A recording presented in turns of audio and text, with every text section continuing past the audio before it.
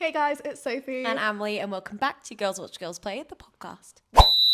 Woohoo! Yeah! 2 weeks off. Sorry, it was meant to be one, and then I didn't realise Just didn't work how out, jet yeah. lagged and sad I'd be when I came back from Canada because I had such a great time. I went to Canada to see my girlfriend. She's doing a year abroad in Montreal, which is like the French part of Canada, and I don't think she realised how French it was before going. Yeah, but- even I knew it was a French-speaking Yeah. part, but I thought it was going to be like pretty bilingual, but apparently no, it's No, pretty monolingual. It was yeah. very French. Like, obviously they speak English to you when you speak English to them, but it's very much everything is in French. Not like items in a supermarket, like, but like we went to a few sandwich shops and cafes, and like the things on the menu were in French, and I was like, I think that means falafel. And falafel. yeah, falafel. That's how I got my sandwich. But the ingredients, no idea. Yeah. But and neither of you yeah. speak French. No. Big flop. But it's not Big even flop like, era. No speak French. It's not even.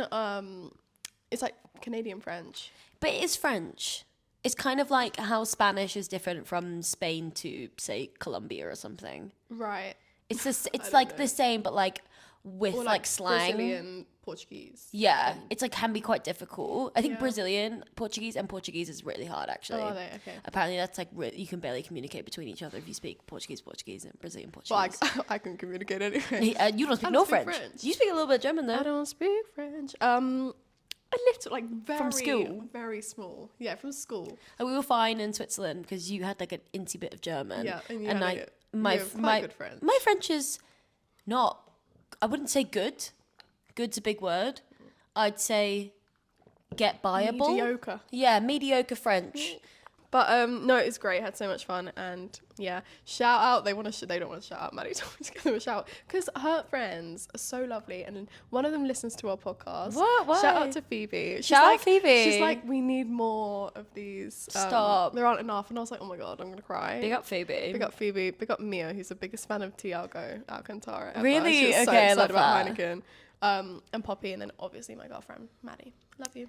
Shout out the Canadian. folk. Shout out Are any of these people Montreal. actually Real? Canadian? Oh no. Are they real? Are they British or? Yeah. Well, no. Poppy's Welsh.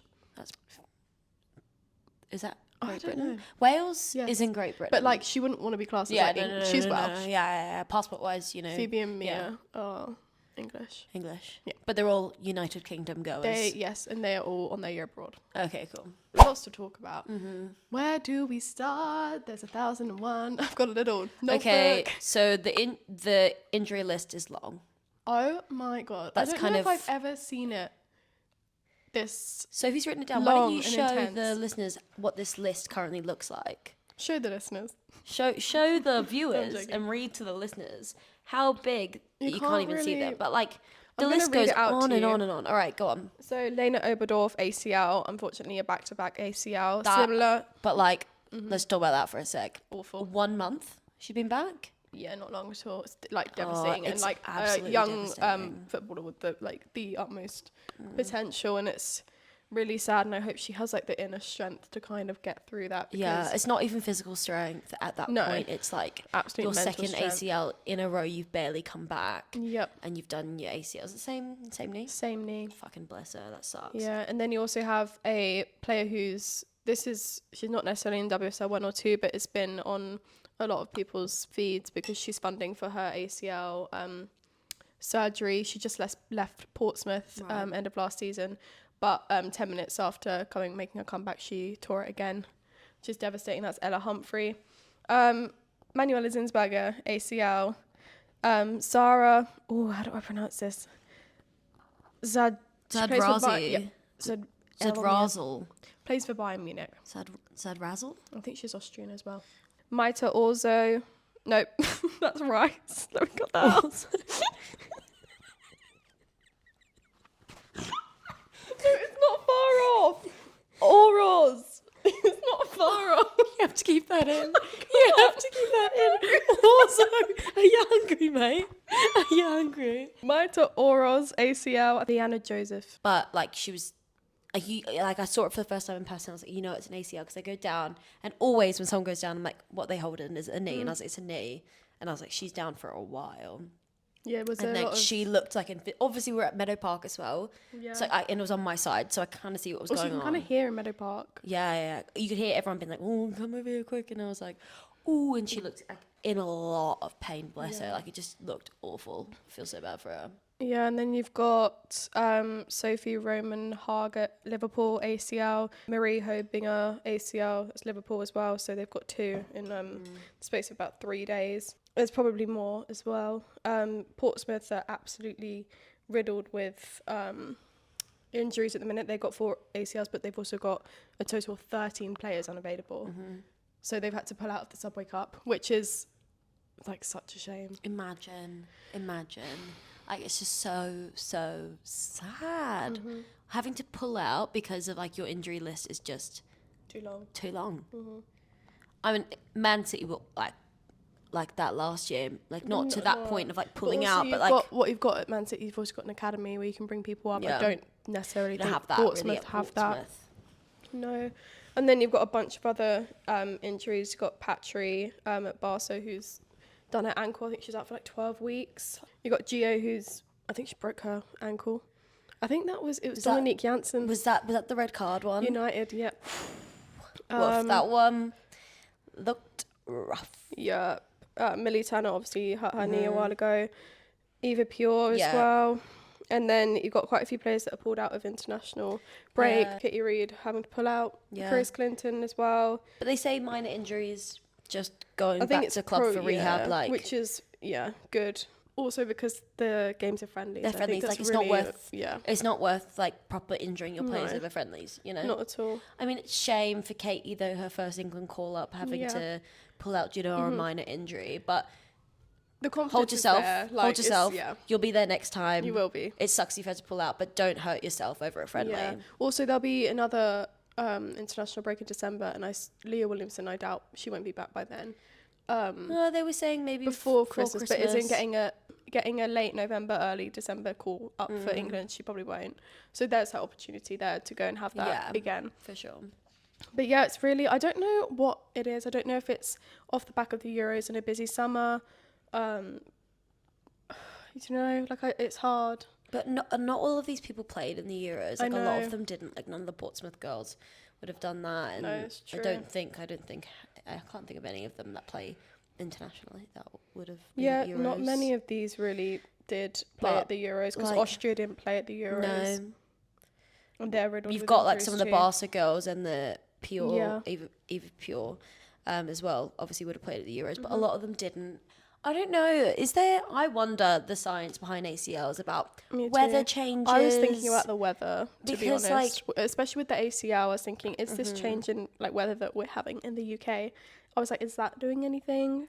I wonder. It definitely is an interesting thought because I was thinking about that. Obviously, I don't know any. I'm not a sports science person at all, but like something to do with we didn't get as many injuries over the summer during the Euros. Did anyone get properly injured during the Euros? I'm not sure. I'm sure someone did their ACL, but I remember Julia Gwynn really hurt herself, didn't she? But that was quite early on. But that's the only one I can think of off the top of But my like head. in October alone, Yeah. like late September, October, probably just October alone, that's a fuck ton of injuries. Oh yeah, it's so many in the start of the season. Kind of see this happen more maybe towards the end. Yeah. Or it's much more spread out. It's not as concentrated in one like period of time. I don't know. It's especially with the ACLs. I feel like there's been so many in the last like 2-3 weeks. Yeah. And they are doing loads of studies on it, and they have been, and hopefully something comes out of that soon because I'm tired of hearing like, oh, the menstrual cycle, oh, the way your hips are, oh, your boots. It's like, okay, well, where's the like route here to a solution, or not necessarily a solution, but prevention? And there are things that that can prevent it, but I don't know. I feel like I hear a lot of people say if this was happening in the men's game, there would be so many solutions. There would be so much research. I mean, but that's the thing that happens every time it affects women's problems. Like if men had things like PCOS and endometriosis. No, like, exactly. you wouldn't- Women's health even is, like periods, you wouldn't hear the end of Yeah. it. Like it'd be be different. Mm-hmm. But like even then when it's transferring over to sports, it's like so abundantly clear. Yeah, no, it's like it's gross. And there's something like, what's it, like over 45-year-old women plus, I think it's something like 2-3% of research for healthcare funding research is for them. It's ridiculous. Too many injuries for my liking, and I'm sure everyone else's liking too. Hopefully it stops because it's too much. Also, like, no team is going to have a squad at this rate. Like, it's crazy. It could be like, if we keep up on this kind of trajectory of women's football, but we also keep up on this trajectory of like career-ending injuries, then like women's football won't be able to sustain itself if we don't like find some kind of prevention or solution to this problem. Exactly. But it is from kind of the ground up. It is like the facilities and training that the academy boys have access to is so different to the girls. Like, I don't think the girls start doing strength until they're seniors. Or it's crazy. When they might now, but they didn't. So a lot of the players that play now wouldn't have had that. Yeah. So, you know, there's like loads of injuries, and we're going to talk about a lot of the retirements and retirements in general, and like two of the players in that have been had their whole career like very much affected by their injuries. And, you know, I don't know, hopefully it changes because it's really sad. And, you know, you just want to see them play, and it doesn't matter what club or country they play for. It's really sad. So there are some friendlies coming up. Whoa, I'm so excited, football. Some that we are definitely excited about. This weekend we are going to Cardiff to watch the Australia-Wales game. So this is my problem with it, though. Babes. The kickoff time? No, a couple things. Yes, that's one for sure. 2 p.m. on a Saturday. 2 p.m. for an international fixture is bold. It's crazy. For like a WSL, cool. I mean, I guess it means you can go to Cardiff for the day. It does. It actually doesn't. It means we're driving the crack of dawn. Yeah. We can't get into our Airbnb. This is what it actually means. It's actually kind of shit. Anyway, 2 p.m. kickoff, boo. My beef is we're like, Australia's coming and we're playing in Wales. I was like, oh my God, Wales, that's fucking ages away. Whatever, we'll go. 3 weeks later, like, we're also playing in England. Round the corner. It's an England problem. House. Like, yeah, it's not an Australia problem. It's an England problem because they released all their friendlies just quite later than the rest of them. But also, I thought that friendly was also released very early, the Australia-Wales one. So it was, but I'd rather if we just like set them all at once, because I don't know, maybe I wouldn't be traveling via car to like Cardiff, Wales, which I have no connections in, rather than they're playing in Derby, which is like an hour from my parents' house, and my dad will happily drive us. So we're going to both. Yay! I'm excited, but you know, you cannot turn. Also, when we saw it come out, we were like, I said to you, we need to go, because Am's never seen her country play. No, like, you've never seen Australia play, and you have to go. And you would have hated if we didn't go, and they weren't playing in England. Oh yeah, for sure. Like I'm glad we get to go to both. Me too. And I also going to Wales for Jess Fishlock's last game. Oh will be yeah, really we'll talk a bit more about her later. But I'm thrilled. I'm so happy. I'm sad that she's retiring, but you know she's of age and of the age of usual retirement, and we get to go to. Yeah, we get to go. So. But even things like, okay, I'm so happy we get to go to a game where I don't have to be like, England. Yeah, that's true. You can be Team Australia in this scenario. I can be like, yes, Steph, yes, Cara, Caitlin. But yeah, we get to go. But then alongside like international break, we also have the England call up, which again, funky. Katie Reid, my queen, my daughter, my child. I love her. So happy for her. I'm so chuffed for her. Absolutely gutted that she had to pull out, but so happy for you, because even though she had to pull out, she still got that call up. Yep, she did. And also, she'll get it again. Her pulling out has also given opportunities for other people to get called up for the first time. Grace Fish. Sorry, Sophie wrote it down as it looked like fish, so I thought it was funny because I was doing my what's it called, shorthand, like quick writing. Shorthand? What are you, a doctor? Paracetamol. Straight line. I don't know if this is our first senior call up, but I know she definitely played in the youths, but it's definitely her first call up in a while. So that's exciting. And then you've got let's talk about the funky one. Taylor Hines. Oh, interesting. I was shocked. Yeah, I was like, wait, I was like, am I bugging? I was like, I'm bugging. I was like, she bugging. has played for Jamaica. She's played for I Jamaica. swear. I was like, because you were like, I was like to you, I was like, she plays for Jamaica, right? And you're like, yeah. And then you're like, maybe she doesn't. I was like, maybe she doesn't. like doubting myself. I was like bugging. I was like, I'm really confused because I was like, also started researching and I was like, was here's right her in after an my England plane, top. I think. Here's her in a Jamaica top. Yeah. Okay, but now was she's in like, the England okay. squad.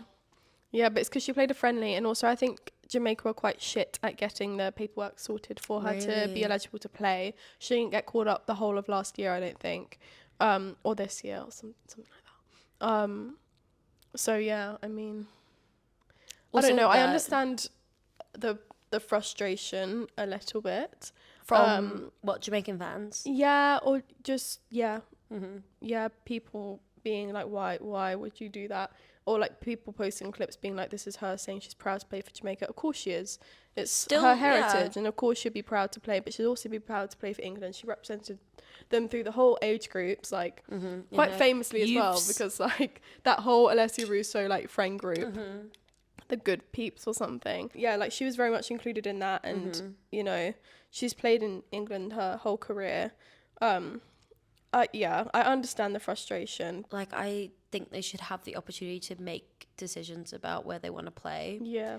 And she hasn't had a huge amount of game time for Jamaica for her to be changing One that. game. Like, for that to be so ridiculous. And like, I know it's different because it's countries, not clubs, but like people change clubs that they've been attached to for their whole lives. And if she's only played one game for Jamaica, I really don't think it should be that big of a deal. And she, of course, would have been proud to represent Jamaica, and she'd be 100% proud to represent England. And I also think playing for England as like a home of football is like such an achievement. Yeah. Not that playing for Jamaica isn't, because like Jamaica has a really incredible team. Like, you look at some of the people on those teams, there are absolutely some bangers there. So good. But I think she plays in England for her career. I think it's a really good opportunity for her to get this call up and get to represent England for sure. Yeah, I agree. Yeah. Because, you Excited know, to see her. if I was a footballer, I would be so happy to represent Australia. But then also like the idea of playing for England, like home of football, would be like another level. So, you know, I wouldn't know what to do. Too many options. I wouldn't know what to do. You would play for Australia. Yeah, probably. I could play for lots Also- of places. I could play for Scotland as well. Yeah, and Ireland. I don't think I could play for Ireland because I'm Northern Irish. No, so you can play for Northern Ireland. yeah, but not Ireland. No, yeah. Yeah. But Northern Ireland you can Yeah. play for. I don't know. I think for you, and obviously you're not a professional I'm not. footballer, but say you were playing football here and you could do international football here, but you could also represent Australia. I'd do that because you get to go home. Yeah, that's true. It is Sorry, I true. was just thinking of a leisure point of view here. But also, like, But you are training them. what a fucking trek.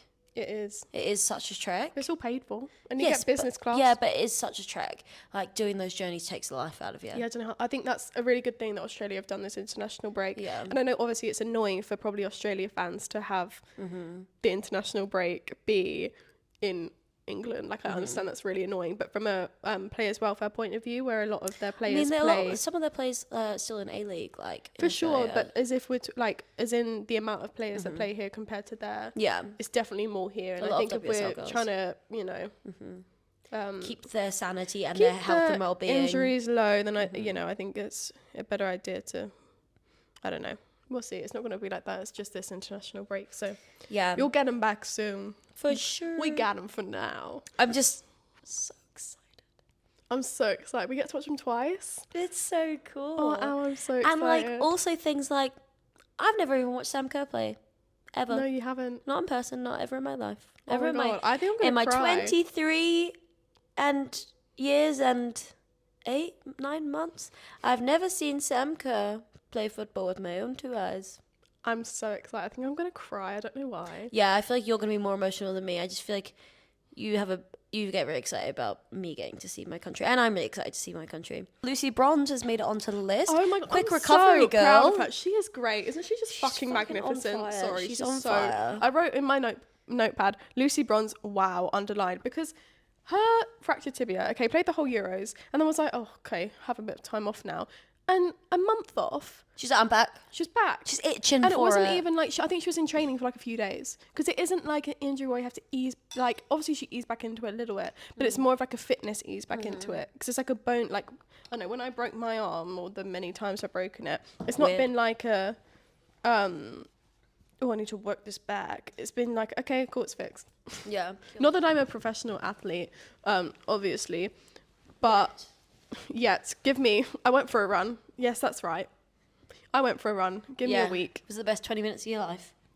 Okay, now I thought I was going to die. Really? No, it's all right. It's fine. I did one, like, honestly, like 4 weeks ago, and I'm still thinking about it, going like, oh, God.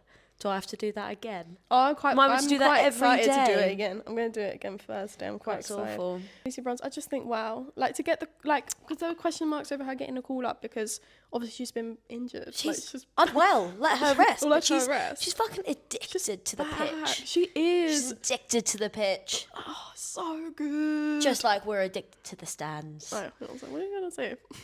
Addicted to what? Pepsi Max. Actually, I've had one Pepsi Max since I've been back. I know. What's happened? Are you like getting healthy or something? I'm withdrawing from additives and preservatives. Why? I think it's better for like my period and pain and stuff like that. Better for your periods and shit? Yeah, your diet's meant to be better for, like not I'm not trying eating bad new, stuff, yeah. but like I'm not saying like don't eat like potatoes or shit like that. Carbs, eat them.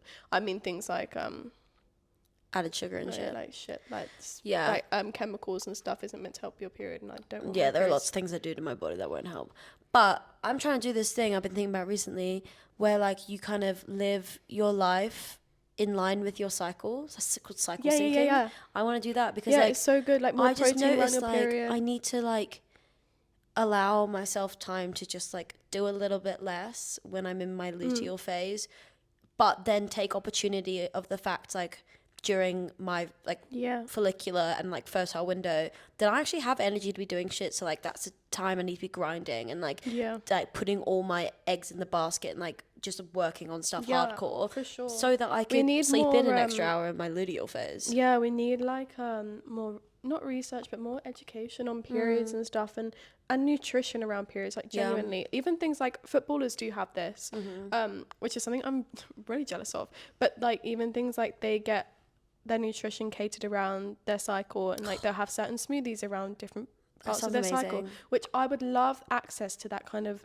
education and research on my period, because like as someone who suffers from period pain, and you do too, and not even just on your period but all around, like oh my god, my period's fucked, guys. I've got endometriosis, so like my period goes for about at least 7, sometimes 10, 11 days, but my cycle itself is 27 days, 26 days, so like I'm on my period like almost half of my time.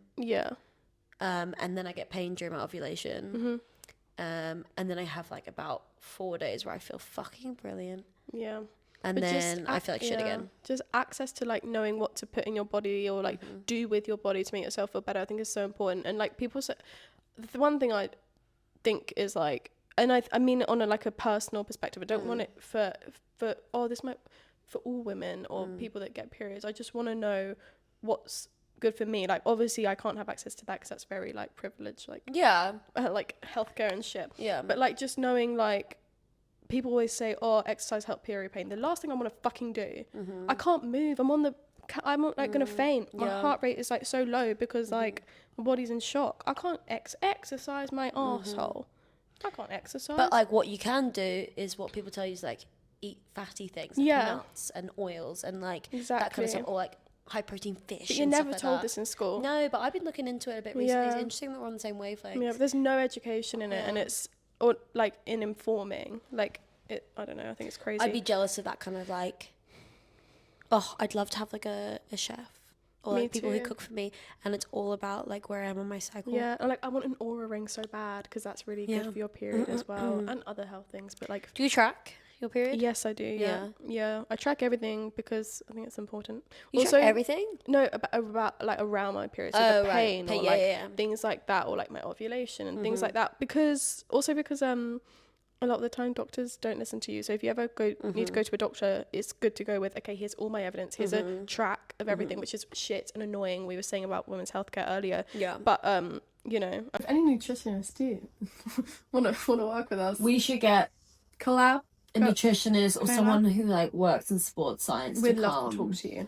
Talk to us about like periods, cycle syncing, and how that works with sport as well. So interesting. We'd love to know more. Anyway, let's go back to the Lionesses call up. May and Leticia. Let's talk. Let's talk. Let's talk about it. I'll tell you what the tea is. It's the social media that's the tea. Yeah.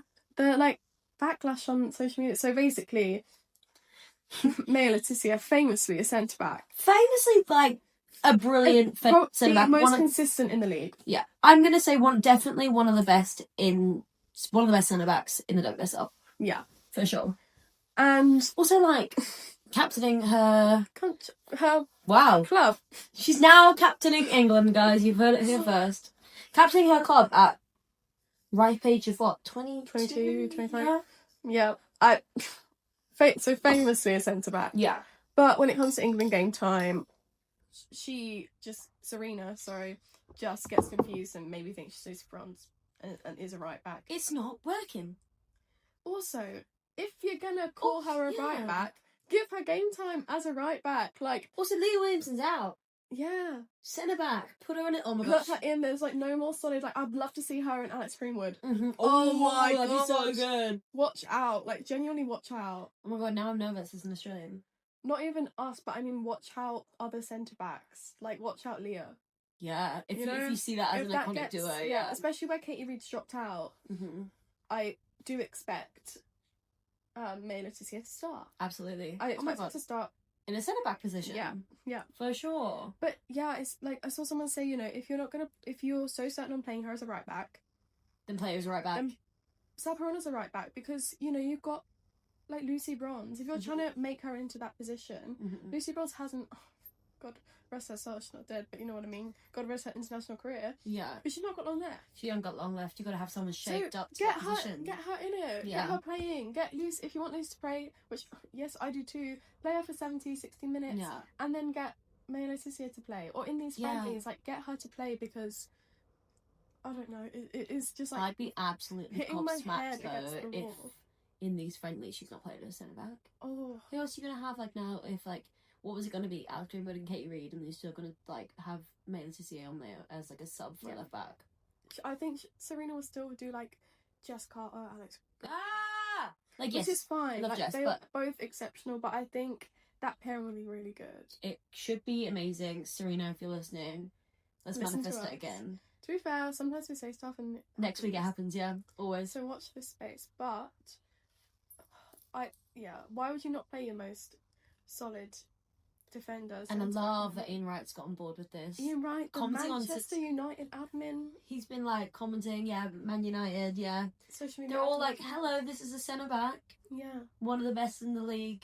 Yeah. Ian Wright is literally, he said it on Twitter or Insta or whatever, but he's also said it in his podcast that he has with Steph Horton. Yeah. He's like, I just sometimes, and I think she's great and she's won us amazing competitions, but I sometimes just do not understand her and her thinking. That's Serena. Yeah, Nadoy. I don't get it. I really don't understand, and I obviously don't doubt that she doesn't know what she's doing in many ways. But with this, I do think, hello. Oh, hello. This is the centre back, especially also with Millie Bright retiring. Yeah. Let's get on that. Yeah. Retirements. Millie Bright, she's done. International career. Yeah. Is that enough? I stopped in my tracks in the middle of Montreal. I was hugely surprised because she didn't want to play Euros. Yeah, well, she took a break for mental health. But I think, she also, okay, Millie Bright retiring, but she's still always starting for Chelsea. 300 appearances she hit last week. Is brilliant. I think she's incredible, and because she's retiring from international break, she's not going to fade into the shadows. She has an amazing career at Chelsea, and that will continue until she officially retires. However, when you compare it to something like Mary Earps did a very strangely timed move to PSG, which isn't doing amazingly well for her career at a similar time that she retired. So I really don't really hear about her anymore. Millie still has an incredible career going on in the WSL. I was, talking to myself about Mary Earps. Okay, that sounds crazy. Where was I? I don't know. I was just like thinking about her that a lot because I think, and I obviously know her career is not about this, but with female footballers a lot of the time it is. But publicity and PR wise, I think her move to PSG is the worst thing she could have done for her career. and then also retiring. Because also what you have is, I think if you're any player, English player, and you're moving to a club abroad, it has to be, if you want to stay in kind of the limelight, which obviously you don't have to, but Marriott's also is someone that very much was, and very out there and loud, She was and on TikTok, and no, a big personality in women's football. Everyone knew sports her. personality of the year, wasn't she? Yeah. I think if you're moving to a club outside the UK, unfortunately, it kind of has to be Barca or Lyon or Bayern. But Bayern Munich. Yes, or you still have to be relevant in the Lionesses squad. And so, therefore, I think her retirement... Even things like I Miss Georgia Stanway, I don't really hear about... I think Bayern is kind of like not as... I think Barca, yes. Move to Barca, we'll still hear about you. Lyon, less so than Barca, then yes. Bayern... Yeah. I don't know, I keep up with Bayern. I do a bit, but like... I miss hearing about Georgia Stanway. Yeah. But like, obviously these people are still extremely relevant from the Lionesses squad. But I think all of that is like, unfortunately... She moved to PSG and then retired internationally. It's just... It wasn't brilliant move for her. No, and I think, therefore, people... I don't want to say forget, that's not the right word, but she goes off people's mind a little bit. And also when you're kind of... Lucy Bronzer spoke about it in the sense of, like, when you're a female footballer, you really have to be thinking about what you're going to do when you retire. So you don't get as much money as... We'll talk about that later. But you don't get the abundance of money that the men do, so you need to be able to sustain yourself after the career. That's why a lot of them, like, doing degrees on the side or have training, or a lot of people, I guess, in the other leagues and stuff are still working, like... But I really saw her as someone that would be like a Jill Scott. A huge personality. Yeah. And, I'm sure maybe she will be, but I do feel like this is kind of just drawn her away from that. And maybe she doesn't want that, and that's fine. But I was very much under the impression that was... I think she still wants that, because it's very optimal timing that after the Euros have come to a close and suddenly she has a memoir coming out. Yeah. Like, she is... From my point of view, still trying to be more, I don't want to say relevant in UK football culture, but still being talked about in UK football culture, but dropping out, retiring internationally and moving to PSG has taken you out of that kind of spotlight. And then, I feel like she is still trying to be a personality that Jill Scott with releasing a book. Yeah, and this is like, Marriott's is great, and we love her. We met her, and she was lovely, and it was like, she's a very nice person and a great footballer. I'm a huge fan of her. But I think it's a shame. That's why I care. Because I care, and I think it's a shame. Anyway, who else has retired? Jess. We did talk about that. This is a nice one because we get to watch her. Yeah, and we also got to watch her in the Euros. Yeah, we met her family. We watched her score in the Euros. That was not in the England game, but in the previous game, I think against France. That was the Welsh women's first ever major tournament goal. We got to meet her family, who were merry, as we say. So merry and lovely and fun. And I'm sure they will be equally as in the state that they were in at the Euros on Saturday. Yeah. So I hope we bump into them again. And I think it's really lovely that it's in Cardiff, this game. And it's nice that it's, all the other retirements that's the end. Yeah. It's nice that there's a goodbye. She's got a goodbye, and it's in Cardiff. Yeah. She'll have to travel. Well, I don't know where she's based in Wales, but it's in the capital of Wales. It'll be lovely. I'm so excited Against Australia, which I think will be a lovely game. Yeah, I think it'll be a really good game. Really nice. I'm actually going to be very interested in what the results are going to be on that game. Me too. And I do want her to score in her last game. Absolute legend. Sure. I'd like for Australia to score more, for sure, but I'd like to see her score. Yeah. Only if we then score too. But yeah, we're really excited for that, and I think that's going to be quite emotional. Yeah.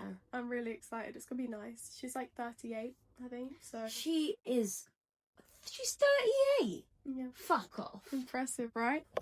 I was like, oh, she's of age. No, she's that's why I said she's older above. than a lot of... Most people retire. She hasn't played for a club in how long, though? No, she does play for a club. Does she? I don't know if she's how many minutes she's played this season, but she plays for Seattle Reign. Oh, in NWSL. Right. She's been on quite a few loans. Right. Okay. But Is she retiring her football career or internationally? Her football career. Yeah. Who else has retired? Megan Campbell. I love Megan Campbell because and I know she's not really known for it, but her Throw-ins. My favourite thing in the world. I love that. I love it. I think it's so freaking cool. But yeah, she broke a Guinness World Record with that. For throw-ins? Yeah, but it was when she was at London City Lionesses, so last season, and I'm sure Michelle Caton got that going. Yeah. Like, that seems like something she would have been like, let's get Guinness World Record too. Yeah, for PR. For PR. Yeah. And let's win this. We'll get on the book. When she did. And what do we know about Guinness World Records How now? much does it cost again? 20k to get in the book. £20,000 to get in the Guinness World Record book. This is allegedly. Allegedly. I could Google it, but this is what. So my parents own the Bakewell Tart Shop in Bakewell. Nepo baby in the pastry industry. Yes, she is. And so my parents and their team, they made the world's biggest Bakewell tart. So they have an official record, but to be in the Guinness World Record book, I think, is £20,000. So they're not going to be in the book, but they have a record. But they're not doing that. I don't know if Megan Campbell's in the book, but I'm sure Michelle probably would. She'd get it in there. Michelle, Come on, for the PR. For the PR. For the PR. And then also Christen Press. Bless her. Love Christen Press. She's retired at the end of the NWSL season, which I think she just played her last game because NWSL is going into playoffs, and I don't know if Angel City are in the playoffs. Oh, okay. But yeah, she was out for over 2 years with an ACL injury, which was obviously really sad. Yeah. But she scored when she came back, which is lovely. But I think I just love her and Tobin so much, and like the random stints they've had in the WSL, like when they played for United and then when Tobin played for Arsenal, I just think that's so random. Yeah. It's like when Alex Morgan randomly played for Tottenham for like 3 months. I remember what year this was. What? I think it's 2020 or 2019. I think it's 2020. Oh my god, I had no idea that this. Yeah, this is. I did not know this was happening. Oh my god. I did not know this was happening. What is this like? What? Like, I swear this is a meme. Yes, that's what I'm saying. I'm referencing the yeah, meme. sorry. It's the Wicked meme. Wicked. I did not know this was happening. I'm holding space. I'm holding space for that. Haven't stopped talking about Wicked, and the moment you reference like you look at me like I'm like no, I'm attacking you. I swear this is a thing. I did not know that was happening. But it did. And oh my god, that's crazy. But things like that I think is so funny. But yeah, all the best for all of those in their retirement. Absolutely. Thank you very much. Thank you for your service. Thank you for your service. Yeah. No, they've done bits for women's football. Yeah, I mean, Millie Bright still playing. So yeah. And Millie, we'll see you.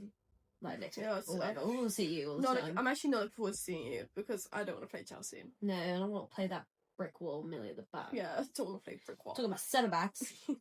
BBC Women's Football of the Year. We got 5 nominations. Yeah. We have Russo, Hampton, Bonmati. Mm-hmm. Oh my god, off the top of my head, no, I'm not looking at the page. Spanish Arsenal. No, Caldente and Patry. Yeah. Ding ding. Boom. My vote is it's BBC. It's got to be an English player Russo. or I think it'll be Russo, and I think there's a small chance of it being Hampton. But I think that'd be vibe to know because BBC. I think it could be Caldente, but I don't think so. I think it's going to be an English player. Yeah. And I don't think it'll be Bonmati because it's going to be in a bit of retaliation to Ballon d'Or. Yeah, so I it agree. should be Russo, but I'd just be super happy for Hannah if it was. I love when a goalie wins an award that's usually won by strikers. Mm-hmm. Me too. Thrilled. I'm excited for that. I don't know actually when that is a thing, when it happens. Not too sure. No idea, but I'll tune in. Who knows? I don't know if it's in line with Sports Personality of the Year. Not sure. And who do I want to win that? Lucy Bronze. Sorry. Me. Oh, okay. I'm a person in sport. Yeah, but like you're not. You don't play sport. But I'm a sports personality. Yeah, but it has to be an athlete. Yeah, but I got an email about it. Did you? I got an email that they put me up for potential nomination. I don't know if you got it. I put it in spam.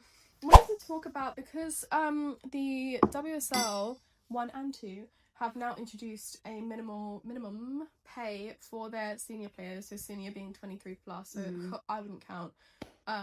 Oh my god, you wouldn't count? I wouldn't count. Not yet. No. Wow. It's 40k. 40k. Which what's the month on this? before tax. Yeah, before tax. This is above an entry-level job. Oh, it's like 3.3k. It's like a decent... In London, Mhm. it's probably like... It's probably just like a bit over like... I'm trying to say like, it's well over London living, but not by a huge amount. And look, it's good. Work. We don't want to make it sound like we're talking about it in a negative way, No. because obviously it's progress and there's some level of like equalness there between clubs. But also, I wonder, in terms of clubs that don't have as much money, how are they going to be able to fund this? Is this going to be less replication? Yeah.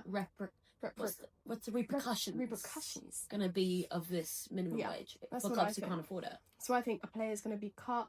Are players that aren't on the senior level, so 23 plus, so the ones that are younger, going to have theirs cut to even it out? Or is it going to be one of those things like, you know, when Staff you always have a local cafe that only hires kids in the teens, and then when they turn 18 they get like, they just don't have any shifts for them anymore. For teams that don't have a heap of funding in the WSL too, I wonder what will happen if they're suddenly they're 21-year-olds, 22-year-olds are the star players who get there, you know? Yeah. Anyway, I think it's great. I think it's great that there is a minimum amount of pay, and it's enough money that they won't have to have another job. Yeah. They will be happy, they can pay their rent, and they can live and have groceries, and they can probably buy from M&S. Let's compare it to the men's. The men's. And look, we know there's obviously a difference because their football wasn't banned for 50 years and because people aren't misogynistic towards men, obviously. But, so obviously there's going to be a difference there. Yeah, and obviously the viewership is lower and the funding is lower. We don't know that. So the lowest wage in the Premier League is for a 19-year-old from Chelsea, and so not even a senior. And he gets 5k a week. Obviously, this is rumoured, but 5k a week, which is £260,000 a year. And that's the lowest paid, and he's 19. That's just so interesting. It is. And then the average in the whole Premier League per week, 67k. 67k, let's get my calculator out. So you got 67k a week, and there's 52. Yeah, 52. I'll get 52. Confused between that and a pack of cards. It's like 3.5 million a year. 3.5 million a year. Hey. Okay, so what is the average? And now I'm looking at the WSL. Apparently, the average wage currently is 47 per year for the WSL. So they've put in a minimum there for 40. I think they'll mainly kind of depend on WSL too. Yeah. But this is the average, and then we have huge standouts in this. So like there'll be players who are earning a lot more because like, they're worth a lot more, etc., etc. So I think there'll be massive outliers. But I think that's another issue with women's football is like there's a huge gap between people who are worth heaps and heaps and heaps compared to like your average player who will now like probably be getting a pay rise to be on this 40k a year. I think the only club that is probably the fairest in pay is probably London City. I think they're all on quite a high wage. I'd be surprised if Chelsea was shit, and same with Arsenal, you know. I just think the gap will be big. Yeah. I think at Arsenal you'll have someone on like 150 a year, and then you'll have someone on 50. Yeah. Maybe. You know what I mean? Fuck me. Also, that's normal, by the way. In football, it is normal to have a big range within a squad, like it is. Whether the range is 1 million and 100,000, obviously both of those are a lot of money. It's more just, I think London City are more consistent with their average, if that makes sense. But that's because I think they can be, because Michelle can kind of... Yeah. She can do it. She can do it. I just think it's very interesting, 40k a year having to be made mandatory. Like, I'm glad it has. Like, what a difference that price tag is compared to the lowest paid on the men's side, which is like 60. Also, there'll be people who are 22 and 21 who are brilliant players who won't be getting 40k. Yeah. Because they're under 23. Yeah. I mean, yeah. And I think that will affect clubs that have less funding. Like, I imagine, I don't know, maybe a club like Arsenal might be able to pay Katie Reid more. Yeah. Because they can. But a team like Liverpool. Not even like Liverpool, but teams like Crystal Palace. Yeah, Or- like even like yeah. but things like Liverpool. Yeah, Like their funding is crap. Liverpool's funding. So like even rubbish. like Liverpool, that's crazy. Yeah, it's crazy that Liverpool's. But then well, also like Portsmouth and clubs like Ipswich and stuff like that. So nice to speak to you guys. Yeah, Big fan of you all. So we'll see you after we've seen Australia play twice. I can't believe that's happening. Oh my god. I know. By next week, next time we're filming this podcast, we'll see Australia play twice. So excited. Okay, Love you guys. See you next week. Bye.